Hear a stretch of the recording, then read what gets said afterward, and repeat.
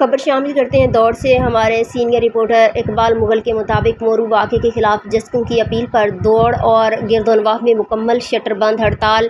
مورو واقعے کے خلاف سندھ قومی محاذ جسکم کی اپیل پر دوڑ شہر سمیت ارد گرد کے علاقوں میں مکمل شٹر بند ہڑتال کی گئی۔ ہڑتال کے دوران شہر کے تمام کاروباری مراکز بند رہے جبکہ معمول کی ٹریفک بھی سڑکوں سے غائب رہی۔ باندھی، جام صاحب، کرنل گوٹھ اور جمال شاہ سمیت دیگر مقامات پر بھی مکمل شٹر ڈاؤن دیکھنے میں آیا۔ شہری زندگی مفلوج ہو کر رہ گئی جبکہ عام عوام کو شدید پریشانی کا سامنا کرنا پڑا۔ جسکم کے کارکنان نے مختلف مقامات پر گشت کیا، ٹائر جلا کر احتجاج ریکارڈ کروایا۔ مظاہرین کی جانب سے مورو واقعے کے خلاف نعرے بازی کی گئی اور فوری انصاف کا مطالبہ کیا گیا۔ ہڑتال کے موقع پر سیکیورٹی کی صورتحال بھی تشویشناک رہی کیونکہ کاروباری علاقوں سے پولیس مکمل طور پر غائب نظر آئی۔